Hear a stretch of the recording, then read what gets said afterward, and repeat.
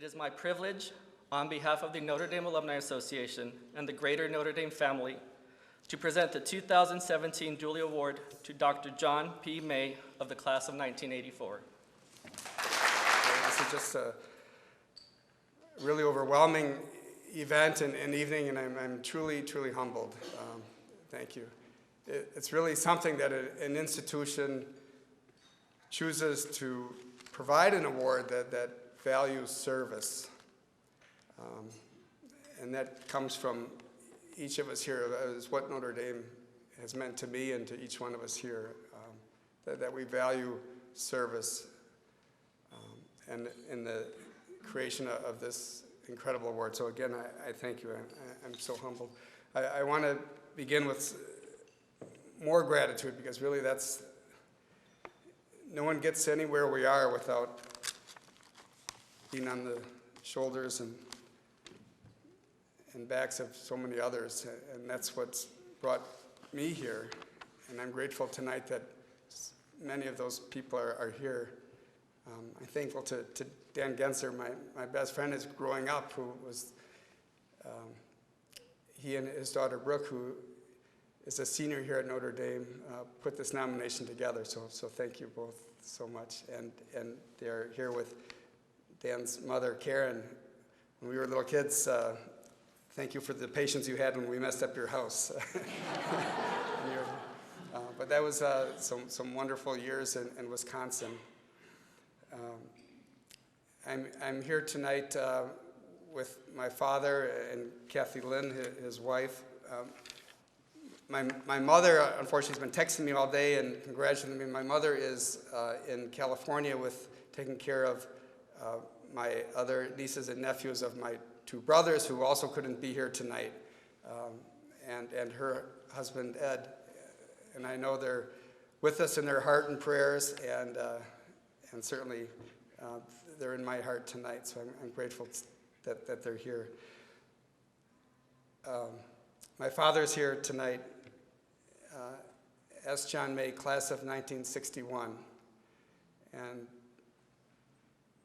Dad, thank you for, inspiring me and sacrificing for me and making this possible, that I can be here at this wonderful university and follow in your footsteps and incredibly be here tonight with this award.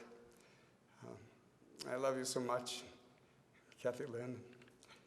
It's, it's been a life of service that my family has supported me to pursue and growth. Both my parents have been my support through my whole life.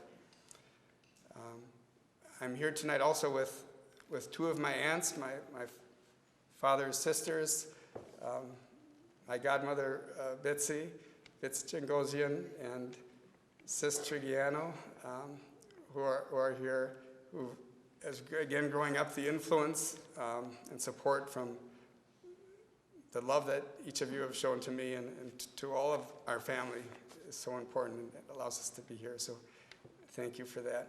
And we keep in mind their spouses who just passed within the past year, Peter and Matt, very special to all of us. And Liz is here tonight, my cousin. It's his daughter, so thank you for coming and sharing with us. So I want to acknowledge another person who's not here tonight, a very dear friend of mine named Deborah Leff, who's an attorney, lives in Washington, D.C. But Deborah has been very inspirational to me over the years.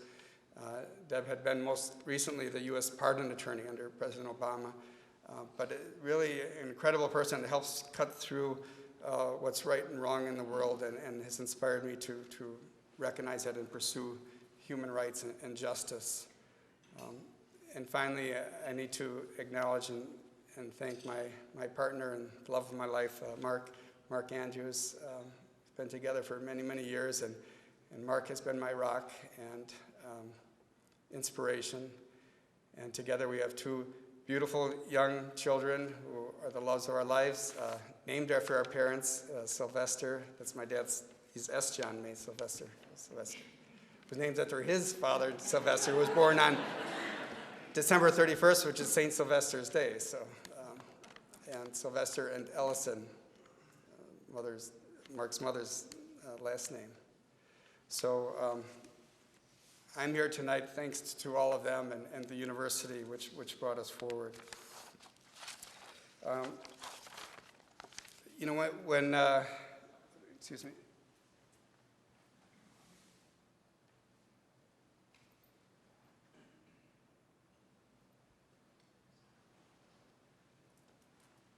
When Dan and Brooke put together this nomination, I don't think they really understood how much the life of Dr. Tom Dooley inspired me to medicine and service. As was mentioned in the introduction, it was during my freshman year. I was in the College of Engineering, electrical engineering, but I spent so many evenings at the grotto and so inspired by the letter that Dr. Dooley wrote to Father Hesburgh and reading it over and caused me to look deeply into the life of Tom Dooley and making a decision then in my freshman year that I wanted to change direction. It was to be about service, and medicine was going to be the best way for me at the time to do that. And so I changed my major and I pursued science pre-professional. In my subsequent years at Notre Dame, of course, were filled with the blessings that each of us here in this room have enjoyed, of growth and faith and character, knowledge and endearment to what's right in the world. I went on to attend medical school then at Loyola University in Chicago, spent a year in West Africa in an international health fellowship, and then completed my residency at Chicago's Cook County Hospital in internal medicine. I was always touched by the mentors in those fields who pursued medicine to serve others. In my last year of residency is when I had an opportunity, sort of by chance, to moonlight at the jail. There was a chance to earn money, and as a young resident, that's certainly what you need. And I started working at the jail and found that I really liked it. And probably more than anything else, I was inspired by the other people who were working there, real dedicated professionals who saw a chance to make a difference in the lives of folks who were really at their worst and eager to take in whatever could be offered to them. That was 25 years ago, and I haven't stopped since working with people incarcerated. I've worked as a physician in jails and prisons now throughout the United States, and as the story's being told internationally. But my heart then was set on taking care and trying to meet the needs of prisoners. Jail and prison health care, correctional medicine, as we call it,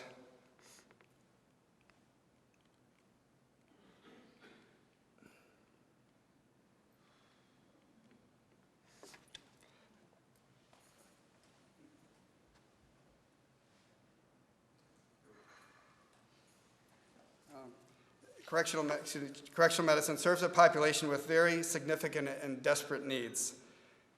There are wide disparities, of course, as we know, in health in the United States, and these are witnessed every day in our nation's jails. People come to us very vulnerable and broken, often ravaged by substance abuse or decompensated mental illness. They're often disconnected by their families or their communities or services that might work to protect them or provide health to them or keep them law-abiding. The work in jails and prisons is not for everybody.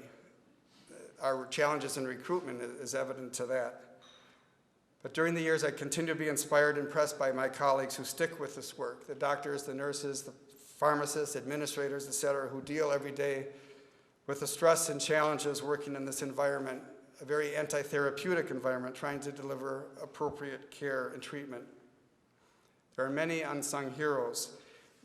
I'm grateful to have an employer, Armor Correctional Health of Miami, which believes in doing the right thing for our prisoner population. We take care of some very sick populations, and I'm proud of them. I'm proud of my many colleagues across the United States, and I'm learning now the world who work in jails and prisons and learn how to meet the needs of prisoners.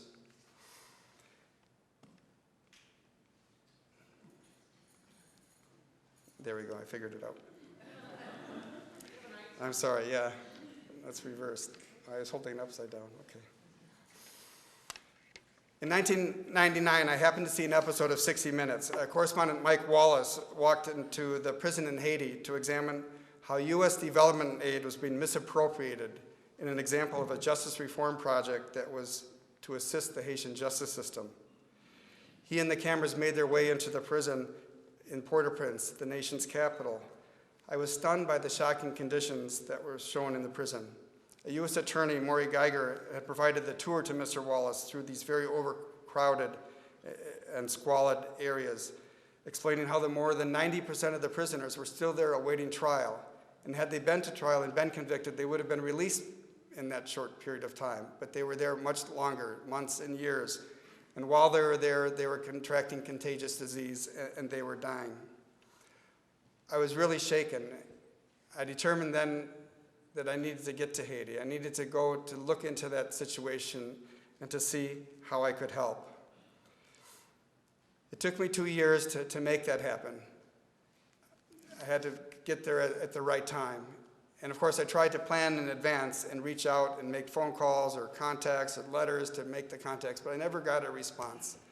So I got on that plane in 2001 by myself, without a contact, without a connection, just went there to see what I could do. I was really unsure of what I would find.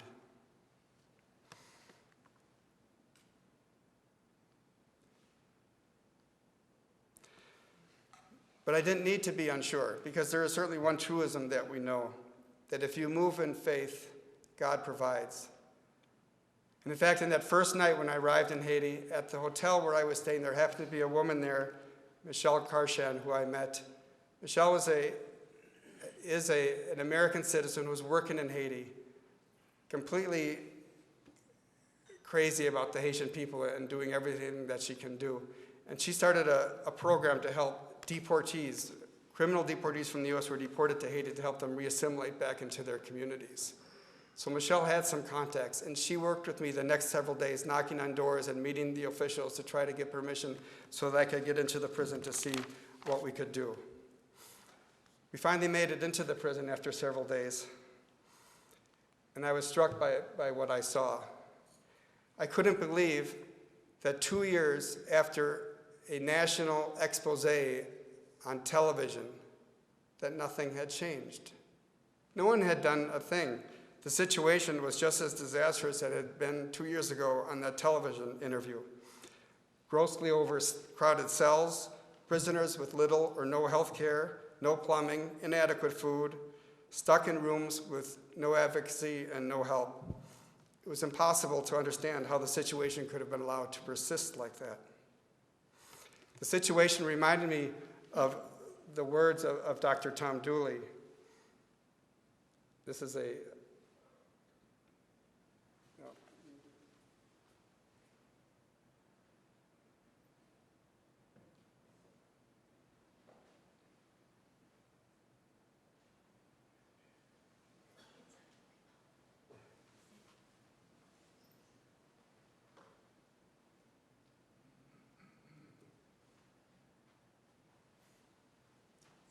This is just a brief video going through the crowd. There's no sound on this, but thank you.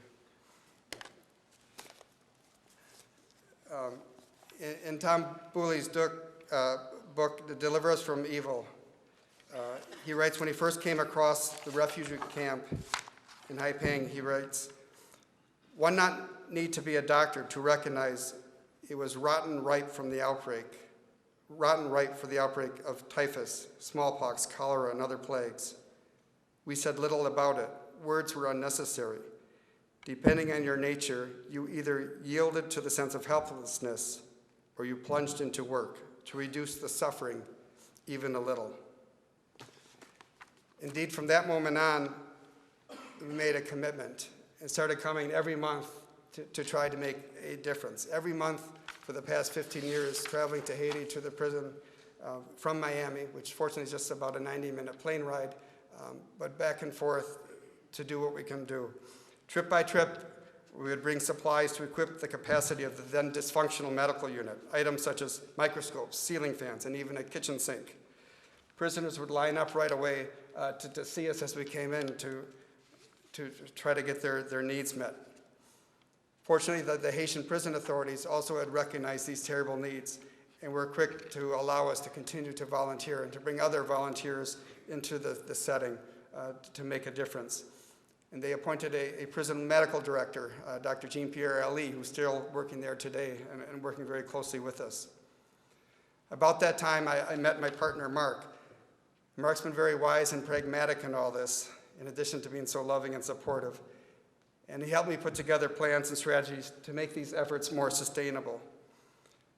We, in 2005, incorporated a nonprofit organization and named it Health Through Walls.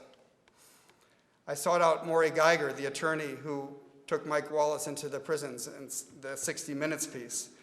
And Maury was eager to share his experience and returned to Haiti with Josh Pazur, who's a 2001 grad from Notre Dame Law School. So is Maury and Josh back on track to help reform the Haitian justice system. Mark, of course, was quick to point out that our work would not be sustainable without funding. While I was happy to do all the work at my own expense, it was clearly never going to be the solution. We sought funding, but Sue found that prisoner health care is not a high priority for many, and certainly whether wealthy or poor countries, the money just wasn't there. And so we had to talk about why do we care about the health care of prisoners? Moreover, why do we care for the prisoners in low-income countries? These were the questions we had to answer. These were the solutions we had to propose to possible funders to get a program going. So one case can certainly be made for public safety, right? Prisons serve an important function in the organization of any nation's security. Respect for the rule of law is integral to any country's prosperity. If the citizens of a country don't feel safe, the country is not going to prosper. Particularly low-income countries, or those recovering from natural disasters or conflicts, and Haiti qualifies for all three of those, low-income, natural disasters, and conflicts. So the need for safety is so important to attract investment and economic growth. So typically the rule of law, we call it the 3 C's, cops, courts, and corrections. All three need to be present and working together. So this was the pitch we made, that we have to focus on a good prison system to attract prosperity for the Haitian. And also recognizing that most prisoners return to society. So we can put them in an environment for them to be rehabilitated, freed from their addictions, equipped with the tools to succeed when they step out, or we can expose them to a system of abuse, of violence, of isolation. Right? As Dolly's son was she's talking about, was just looking into the harms of solitary confinement in the United States prisons. These are issues that are rife throughout the world, conditions that prisoners find themselves in, and if we don't, we can choose to continue that on and pay the consequence when they get released to society, scared or bittered, maladjusted, or vengeful. So in addition to the public safety argument, we also make a public health argument. And that's that across the world, rich or poor, prisoners typically have disproportionate burdens of disease. They have higher rates of chronic disease, of prior injury, of infectious disease. Prisoners, for example, have much higher rates of HIV in the United States in prison than you find in the general community, and that's true throughout the world in prisons. So if we fail to address the infectious diseases that are happening in prisons, it will certainly spread then to other prisoners, to visitors, to staff, and to the community. So these are our arguments of why we need to pay attention to what's going on in prisons. And yet both of these arguments really speak to self-interest. But this is what it took to finally get some attention. So we started knocking on doors, setting up meetings, delivering lectures, applying for grants, and bit by bit, doors started opening.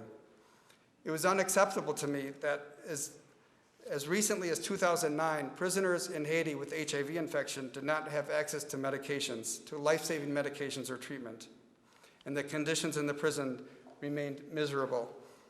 The facility was designed to hold no more than 800 men, but it had an average population of 4,500. Deaths were occurring weekly from tuberculosis and AIDS, diseases which are preventable and treatable. in areas that have access to health care. Even within Haiti, there are many areas with good access to health care for HIV and tuberculosis, and yet this wasn't inside the prison. So our primary support came in 2009 when we were finally and successfully appealed to the U.S. Agency for International Development to include the prison as part of its HIV/AIDS outwork and outreach. Through that effort, we were beginning to equip the prison with an adequate medical clinic, to create medical records for prisoners, to start testing prisoners for HIV, to do a systematic screening. We brought in volunteers, medical students, other doctors, nurses from the US, and trained Haitian students and nurses and doctors, created a laboratory and started delivering life-saving medications and care. Here's a prisoner with cholera. And cholera, as you've heard, is relatively new in Haiti, but we see it frequently in the prisons, and it can be really devastating. So we have to respond right away to save lives. Through the work, we've identified hundreds of cases of tuberculosis that have been previously undiagnosed or untreated and would have been certainly left to die.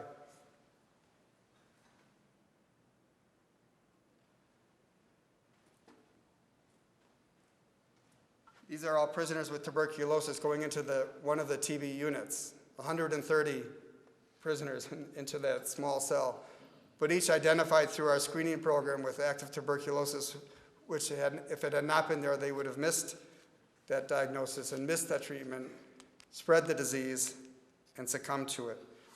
We've now developed an outreach program to help former prisoners when they get released and provide testing and treatment for family members and partners of prisoners, which identified hundreds of more in the community with untreated HIV or tuberculosis treatments.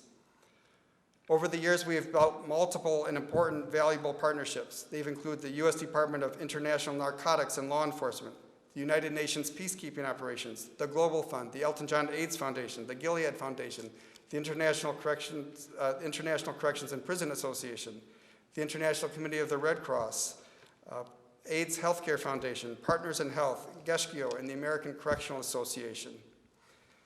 In Haiti now, we have a staff of more than 100 people. This is just a few of them in this one photo, all led by our chief of party, Corinne Duverger, who's doing a fantastic job. I'm so proud of the work that she's doing and the education that we're doing to all Haitian employees now, teaching them the issues of prisoner health and human rights. We continue to rely on volunteers and doctors and nurses from the United States who come to work in our jails and prisons. And most importantly, we rely on students. We've had students from all over who've come to join us for an experience, including here from Notre Dame. Notre Dame's father, Kevin Sandberg, the director of the Common Good Initiative at the Center for Social Concern, has brought grad students through the prison for several years now. Dr. Vacan teaches a course here at the university on compassion in medicine, and I've been invited to speak to that course and educate the students about these issues. Here is a pre-med student, Alexis Doyle, who's a senior this year at Notre Dame, who came after hearing me speak at a Dooley Society lecture right before a Notre Dame football game a few years ago. And I just learned now that Alexis was selected as a Rhodes Scholar, so that's pretty incredible. So our work has continued to grow. We've expanded to all of the prisons in Haiti, more than 10,000 prisoners. They all have had access to health care, exams, and screening for diseases. But we're now in multiple other countries. We're working in the prisons of the Dominican Republic, including the largest prison there, which has a population of more than 8,500 men. We work in prisons in Jamaica. This is the Tower Street prison in Kingston, which was a former slave trade fortress in the 1600s, converted into a prison that now houses more than 1,500 prisoners. We've worked in many African countries, in Kenya, in Ghana, in Tanzania, in Rwanda. Nearly a month goes by where I don't get requests for prison systems around the world. Can we come to help sort out what's going on and help deliver care and treatment to their prisoners? We're working in the Democratic Republic of Congo, including a prison in Goma, which the UN Secretary General wants to describe as Africa's worst. Next month, Mark and I will be going to Romania for an annual training that we do for medical students there on issues in prison health care. and then on to the Czech Republic to help set up a telemedicine program in their prisons so that prisoners can have access to specialty care. Sometimes it doesn't take a lot to make a big difference. For example, this is a prison in Malawi where we found prisoners jammed into a room so tight this is how they had to sleep at night, shoulder to shoulder, not even room to lay down on the floor. And the reason was because the system didn't have $300 to finish the completion of a perimeter security wall, forcing the prisoners to be locked up every night into a condition like that. And we were able to make a little contribution to make all the difference for the folks there. In the Democratic Republic of Congo, prisoners were not having a clean source of water because their water pump broke, and it just took a few $100s, to make that change and save many lives through sources of clean water. I discussed the self-interest reason for being involved in prisons, public safety and public health. That might be what it takes to motivate funders or pitch successful grants. But for those of us who work every day in prisons, there needs to be other motivators. An attorney and a criminal justice reform expert, Brian Stevenson of the Equal Justice Initiative, that's based in Alabama, says, "We must get proximate to suffering to understand the nuanced experiences of those who suffer and experience inequality." Getting proximate, and that's what we do. Stevenson believes that if we are willing to get closer to people who are suffering, you will find the power to change the world. The sustaining force that keeps us in prisons is that connection to others, that privilege to serve. The motivation to work in prisons is a deeply held belief through faith and grace in the dignity and worth of each human being. In prisons throughout the world, we find suffering, extreme conditions, exposure to deadly and random infectious disease, lack of nutrition or clean water, denial of access to justice, corruption, abuse, and violation of human rights. The social justice teachings of our Catholic faith and Notre Dame have taught us to pay attention to these conditions. Again, I want to say how deeply touched I am by this recognition and honor. I have tremendous admiration for those who have received this award before me, and I'm really humbled to be part of their company. I'm grateful again to you, the board, to the president, to Dolly, to Dan and Brooke, Dad, for everything that you've done for me now and always. Mark, I just want to express my love again to everyone here. My love to the university for preparing and supporting me, and to my faith, which continues to bless me with a hunger for justice and a pathway to serve. I want to conclude with one more quote from Dr. Dooley's book here.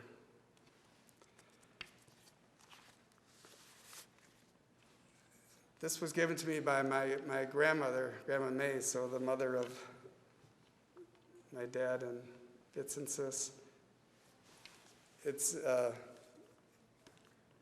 autographed by Tom Dooley. Fitz had worked at Notre Dame years ago in the administrative office, and our grandma came often. And she gave this to me in 1984 at our graduation. She says, to another young Tom Dooley, may your hopes and aspirations always remain as highly valued as they are today. God bless you always, Johnny. Grandma May. Thank you.